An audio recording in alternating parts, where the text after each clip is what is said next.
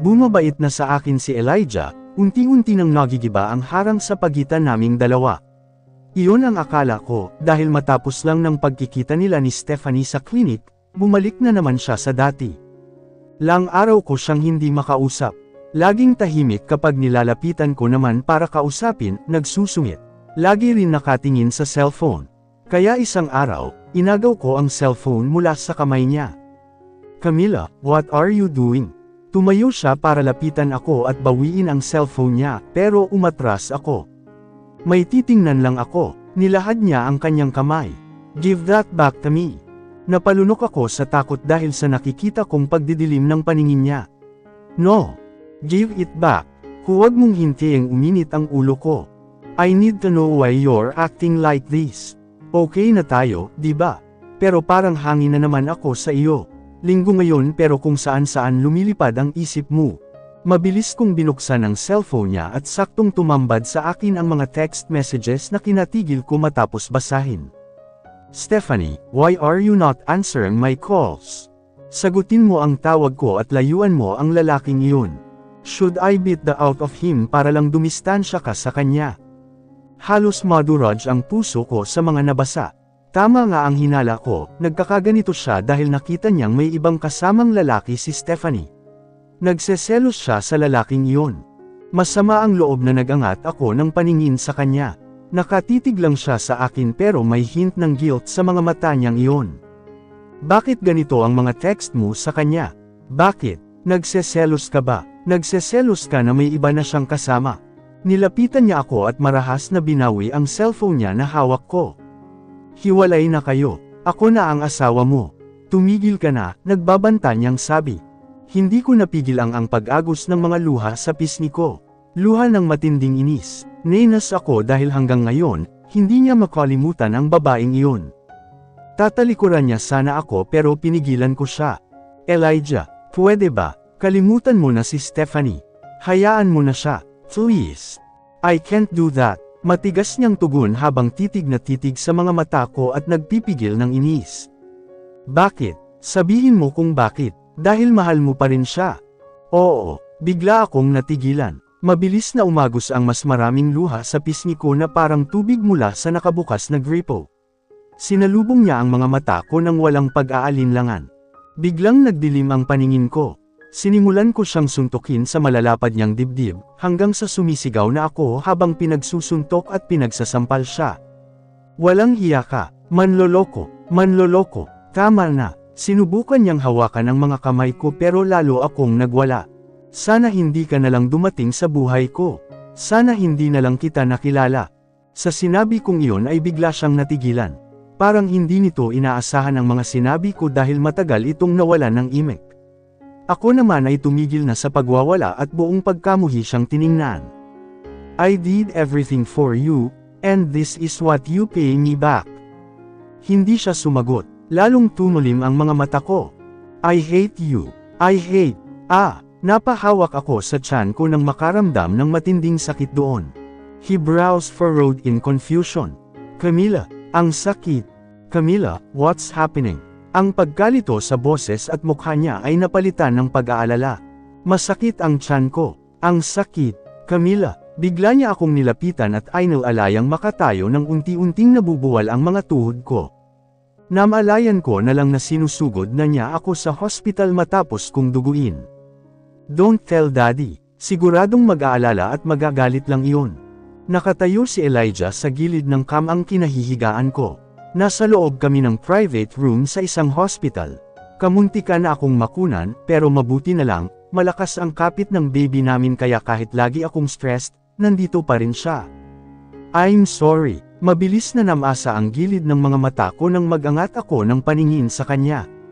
Guilt was written all over his face. Gusto mo ba talaga akong mamatay? Gulat na napatitig ito sa akin. Gusto mo ba kaming mamatay ng baby natin para malaya na kayo ni Stephanie? Camila, stop saying that. You think I want this to happen? Then stay away from her. Please, layuan mo na si Stephanie. Desperado na ako. Ayoko ng mamroblema pa nang dahil sa babaeng iyon. Pakiramdam ko, susuko na ako kapag may nalaman pa ako tungkol sa kanila. Matagal siyang nawalan ng imik. Kung ayaw mong ikamete ko ito, layuan mo na siya.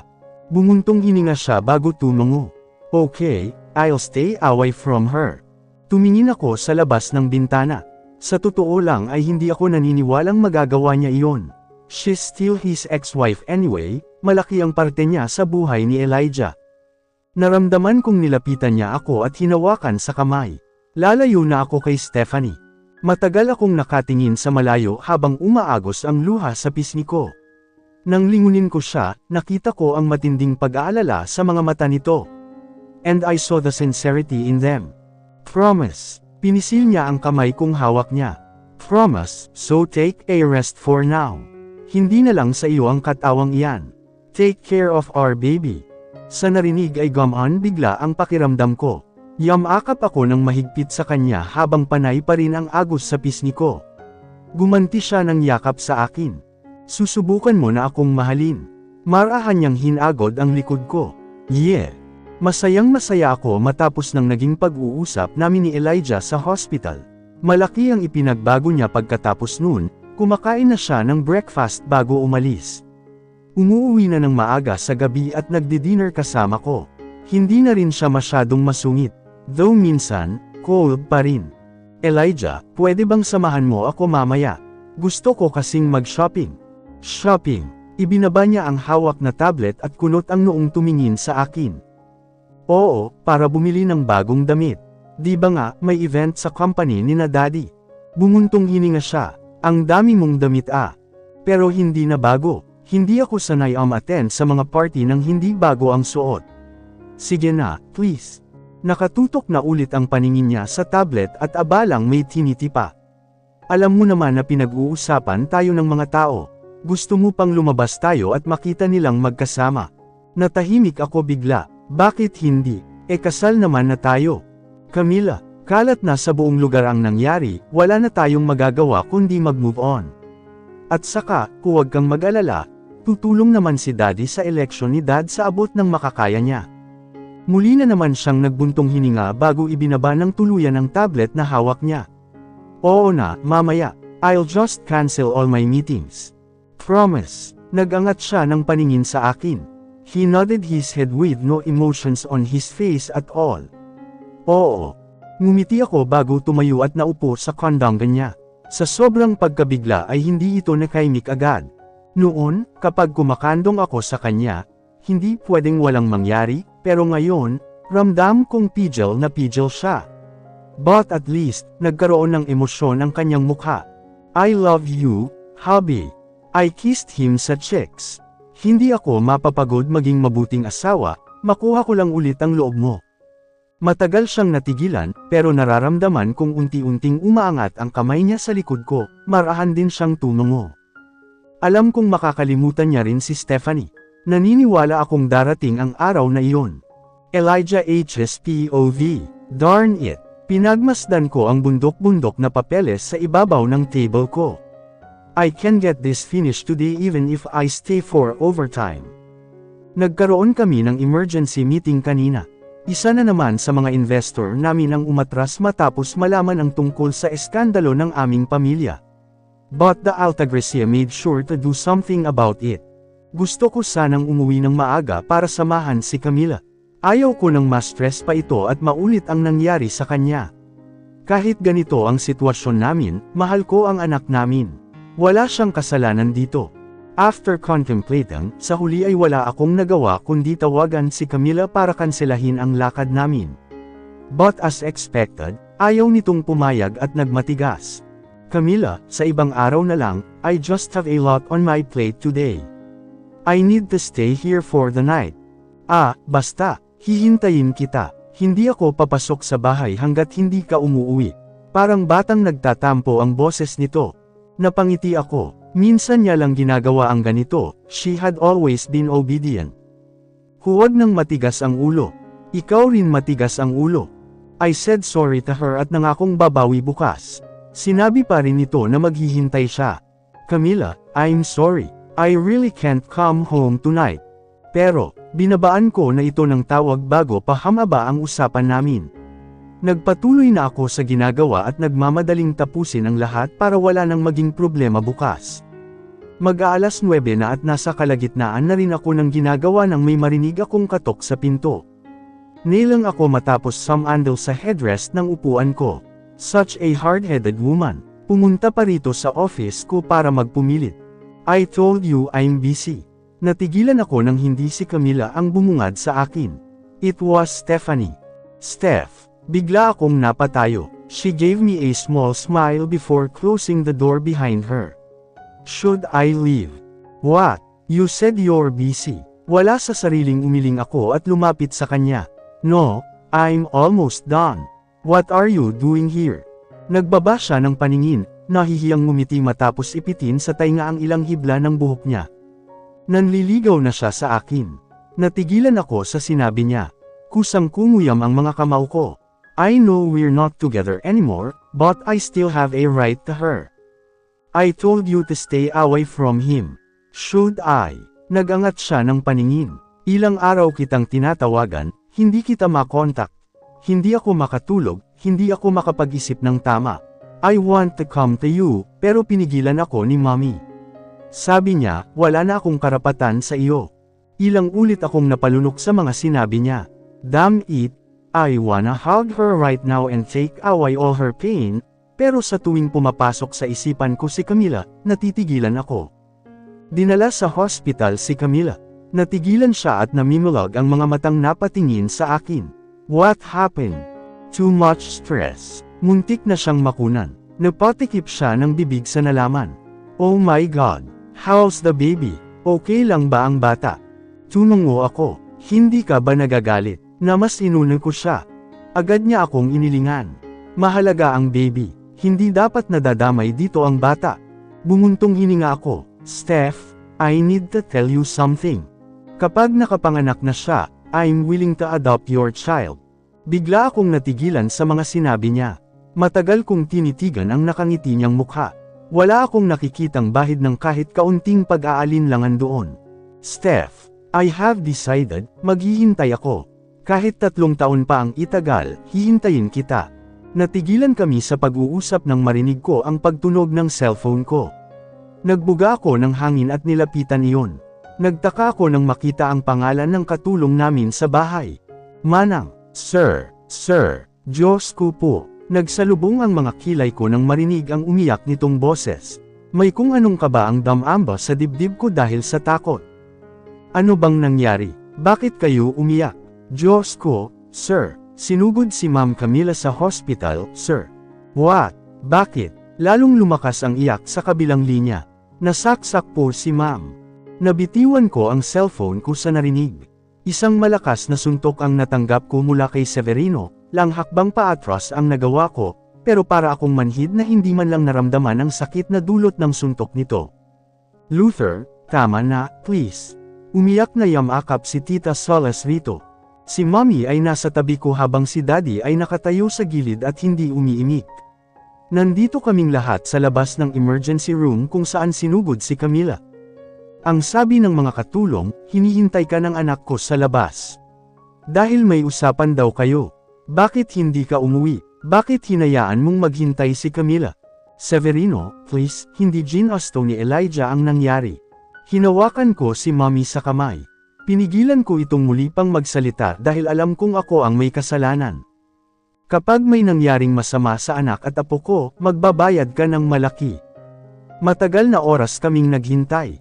Kinailangan pang salinan ng dugo si Camila dahil maraming dugo rin ang nawala rito. Mabuti na lang dahil magkamatch sila ni Severino at nasalinan agad ito. Nakatulala lang ako sa pinto ng emergency room habang naghihintay sa paglabas ng doktor. Wala nang ibang bagay ang pumapasok sa isip ko kundi sina Camila at bata. Dumating ang mga pulis, nagtanong at nagbigay ng update tungkol sa salarin, pero hanggang sa makaalis ang mga ito, naghihintay pa rin kami sa labas. At nang sa wakas ay lumabas ang doktor, parang bombang sumabog sa pandinig ko ang mga sinabi niya. We are able to save the patient, but unfortunately, the baby didn't make it. I'm sorry, patay na ang bata sa loob ng sinapupunan niya. Ayaw na akong palapitin pa ni Severino kay Camila, pero kahit anong pagtataboy ang ginawa niya, hindi ako umalis sa labas ng pribadong silid nito. Dad and Mom had to interfere dahil desidido na si Severino na patayin ako sa babbog. Hindi ako sumagot, hindi gumanti. Pero nang sabihin itong babawiin na nila si Camila, mariin akong tumanggi. She's my wife now, ako ang mas may karapatan sa kanya. Matapos ng matinding pakikipagtalo ng mga magulang ko kay Severino at paulit-ulit na pakikiusap ni Tita Solis, napakalma nila ito at napapayag na umuwi. Mag-aalas 11 na nang magdesisyon akong pumasok sa loob. Pinagmasdan ko ang maputlang mukha ni Camila, ang sugat sa gilid ng ulo nito na natamo niya nang bumagsak siya sa semento, at ang pasa sa gilid ng labi niya. Sinabi sa amin ng mga pulis na nanlaban si Camila na nagresulta sa pagkakasample dito, bago siya sinaksak ng 2 beses sa tiyan. Nanlaki ang mga mata ko nang makitang nagkakamalay ito, agad ko siyang nilapitan. I want to hold her hand but I was too afraid. Natatakot ako na baka masaktan na naman siya. Camila, nang tuluyan siyang magmulat ng mga mata at makita ko, mabilis na naipon ang mga butil ng luha sa gilid ng mata niya. Her lips began shaking and she started crying in silence. Halos madurog ang puso ko nang bumaba ang kamay niya sa kanyang tiyan. Doon lumakas ang iyak nito. Baby ko, baby ko. Mahigpit kong hinawakan ang kamay niya. Nararamdaman ko ang panginginig nito. Hindi ko napigil ang maluha habang naiisip ang takot at sakit na naramdaman niya noong mga sandaling iyon. I'm sorry. This is all my fault, Camila. I'm so sorry. Ang baby natin. Humahagulhol na siya sa pagkakataong ito. Mahigpit ko siyang niyakap, umaasa na sa pamamagitan nito, mabawasan ang sakit at takot na nararamdaman niya. Kasalanan ko ang lahat. Kung umuwi lang sana ako, hindi ito mangyayari. Kasalanan ko Camila. Matagal na oras siyang umiyak habang kinukwento sa akin ang mga nangyari. Matapos noon ay bigla na lang itong tumahimik at natulala sa kawalan. Hindi pa rin kayang i-proseso ng utak ko. Nakunan si Camila, wala na ang baby namin. Hindi ko man lang siya nayakap. Kumuyam ang mga kamao ko sa narinig. Ilang beses akong lumunok ng paulit-ulit. I was trying so hard not to show any emotions. Ayokong maging mahina sa harap niya, kahit na ang totoo, gusto kong bumagsak sa mga tuhod ko at humingi ng tawad sa nangyari. Pwede mo na akong iwan. Natigilan ako at mabilis na nagangat ng paningin. Camila, mula sa kawalan ay binaling niya sa akin ang tingin. Sa tuwing nakatitig sa akin ang mga mata niya, punong-puno ng emosyon ang mga iyon. Pero ngayon ay wala na akong makita.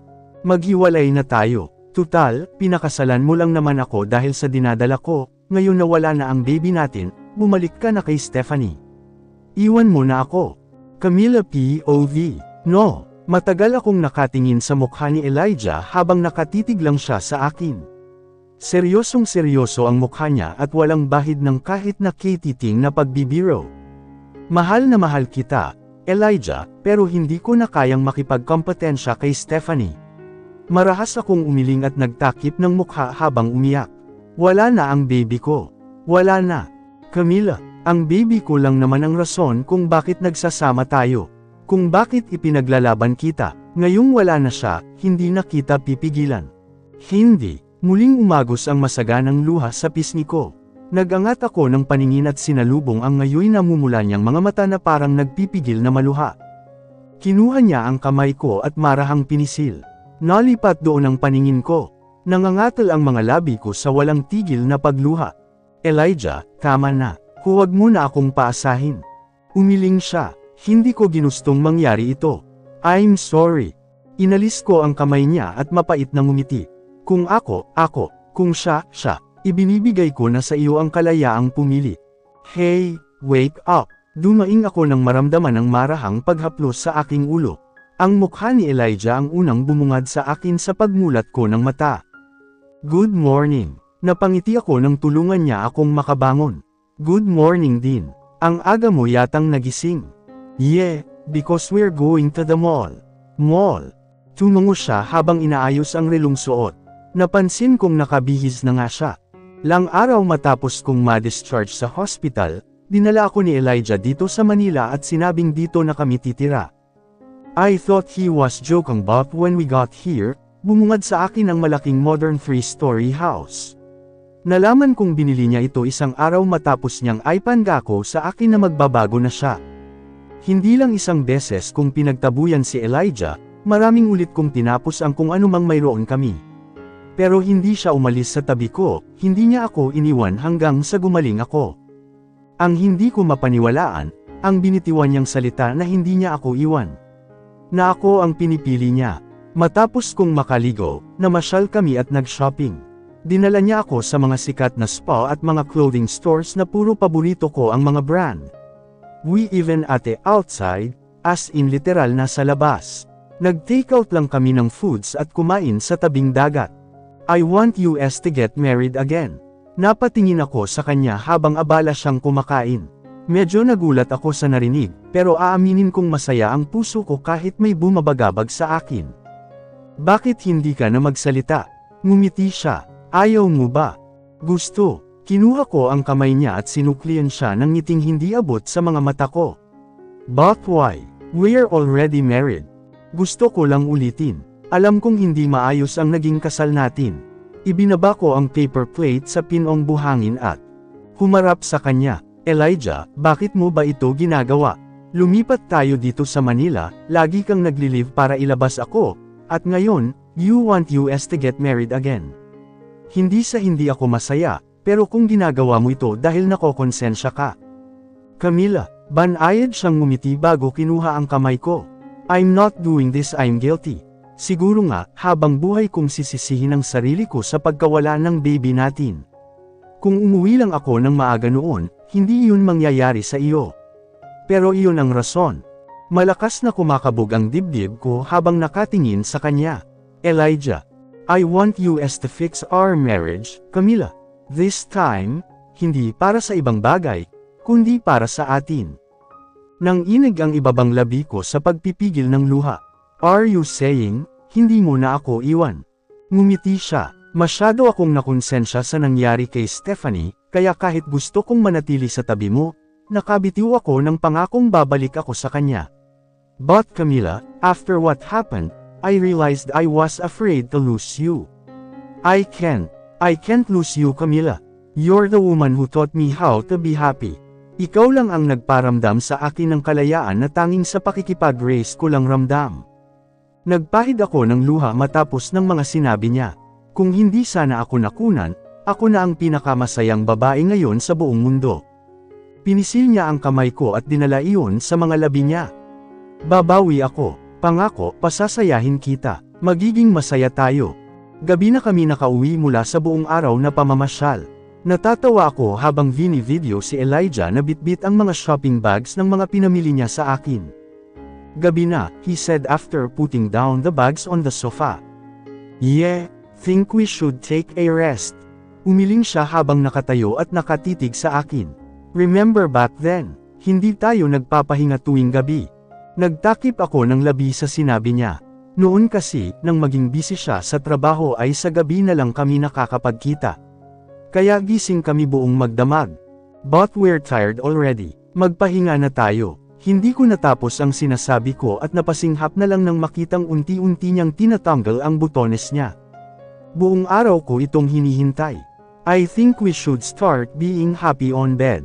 Napakagatlabi ako nang itapon niya sa sofa ang blazer jacket niya. Napatakbo ako sa taas at dumiretso sa kwarto. Agad akong nagtago sa ilalim ng kumot ng kama. Baby cams. May paro-paro akong naramdaman sa loob ng tiyan ko nang tawagin niya ako sa ganoong pet name ko. Tawag niya iyon sa akin noong magkaibigan pa lang kami. Sumilip ako mula sa ilalim ng kumot at natatawang pinaikot sa ere ang pink kong panty. Hinagis ko iyon at nasalo niya. Titig na titig siya sa akin nang lumapit sa kama at nilapag sa side table ang cellphone niya. Tuluyan niyang hinubad ang lahat ng suot niya bago inagaw mula sa akin ang kumot. Napatili naman ako nang alisin niya iyon mula sa pagkakatakip sa katawan ko. Ano ba? Malamig. Natawa siya. Inibabawan niya ako at pinaghahalikan sa buong mukha. Bumaba ang mga halik niya sa leeg ko hanggang sa dibdib ko. Nang makarating sa tiyan ko ang mga labi niya ay marahan niyang dinampyan ng halik ang mga sugat ko na nakatahi. Hindi ko napigil ang maluha nang maalala ang gabing iyon, nang masaksak ako. Ang sakit at takot na nararamdaman ko habang inisip ang anak namin. Tuluyan akong inibabawan ni Elijah. Hawak niya ang kamay ko at nasa mga labi niya ito nang tuluyan siyang pumasok.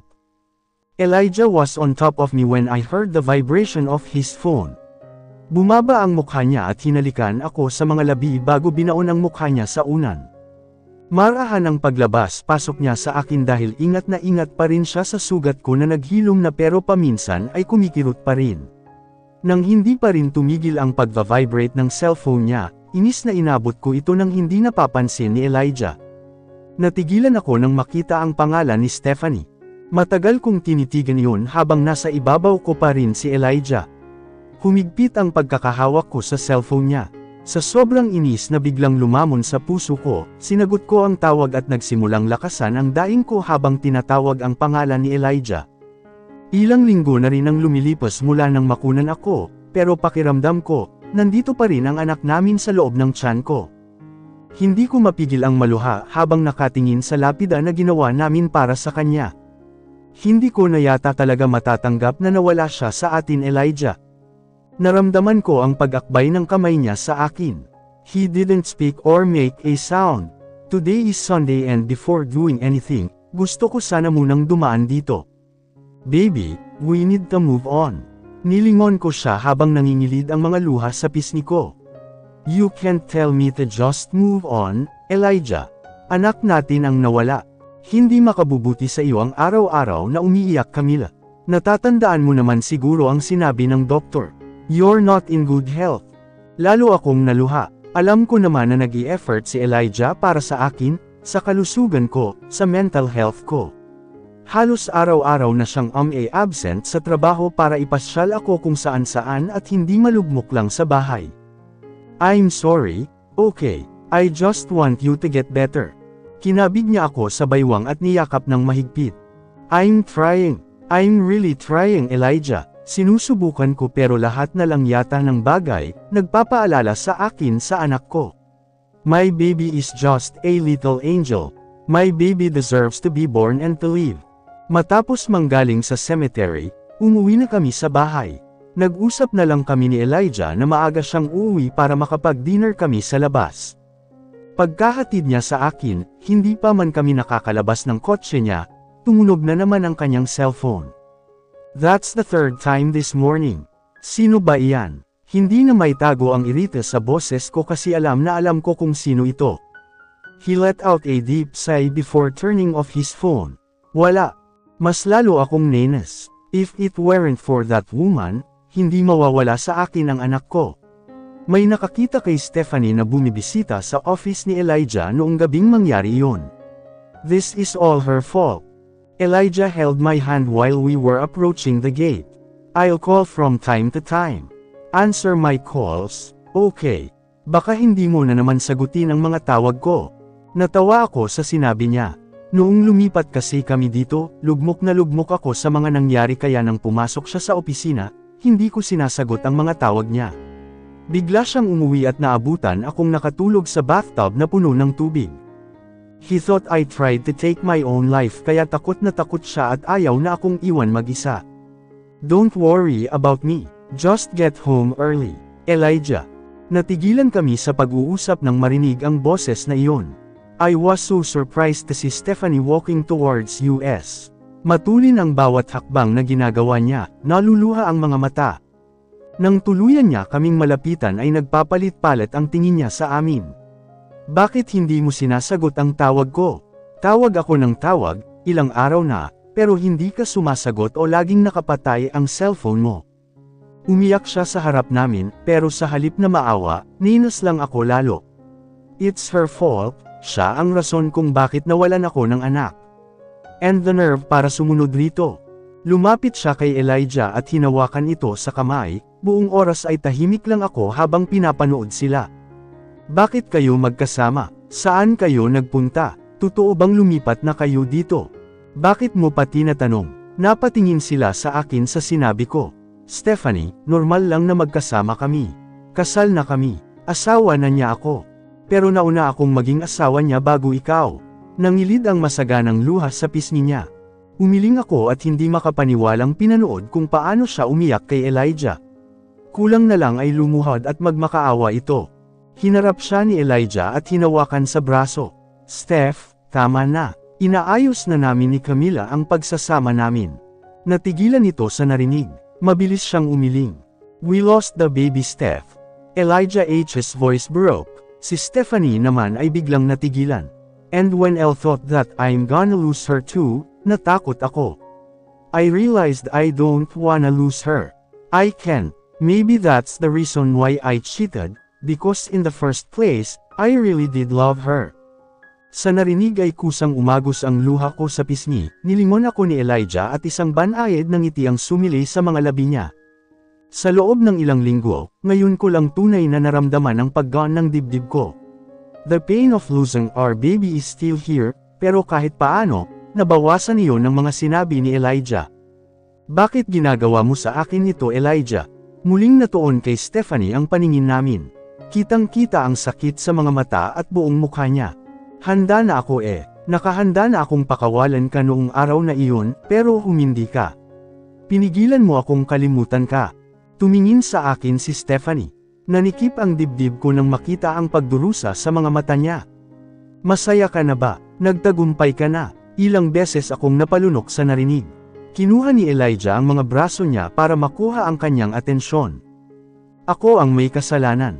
Hindi Jean Austo ni Camila ang namagitan sa amin, Steph.